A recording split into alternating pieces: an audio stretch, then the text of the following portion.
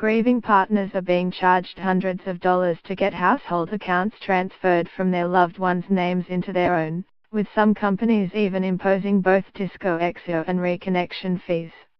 Seniors Rights Victoria said it had received hundreds of complaints about the hardships experienced by widows and widowers dealing with companies such as banks and utility providers. The lobby group said some gas and electricity companies were charging Disco Exio fees, and then reconnection fees, to change names of account holders. People who had lost loved ones were also being hit with hefty fees to change car registrations, the group said. We average that it's about $2,000 to change everything over in a lot of cases, spokeswoman Anita Smith said.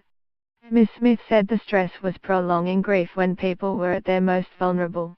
There were also complaints about the insensitivity of companies requiring a full death certificate that contains private information. Retired financial counselor Anne McBean, whose husband died 3 years ago, said she was shocked and frustrated by the lack of consistency in what companies required.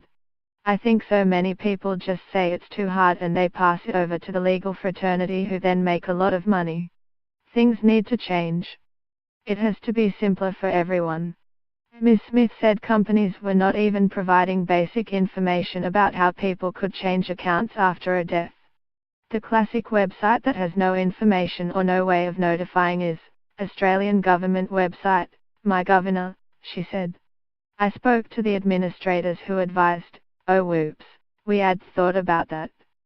Seniors Rights Victoria is working with the Council on the Aging, CODA, to lobby companies and the state government to improve the system.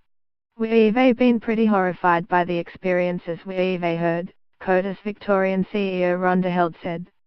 We've had great response from the Registrar of Births, Deaths and Marriages. WHO's really keen to try and streamline their process, and also the Energy and Water Ombudsman of Victoria. WHO's now working with the energy companies.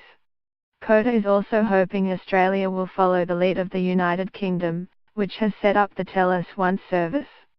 The service allows grieving partners to notify multiple government agencies all at once, through one online form or phone call. The Energy and Water Ombudsman Victoria has been working with utility companies to address problems customers have been facing after the death of a partner. A spokesman said there had been improvements, and highlighted Melbourne's Yarra Valley Water as a leader in the field. Yarra Valley Water has never charged fees to change account details and says it does not require a full death certificate. Managing Director Pat McCafferty said the company had set up a program to support customers after a death, and the CODA findings had prompted further internal review. After extensive collaboration, we have made our process easier by allowing verbal confirmation and the ability to complete aspects online, he said. Toll road operator CityLink said there were no costs associated with closing the account of a person who had died, and a partner did not have to provide any other information if they were listed as a contact on the account.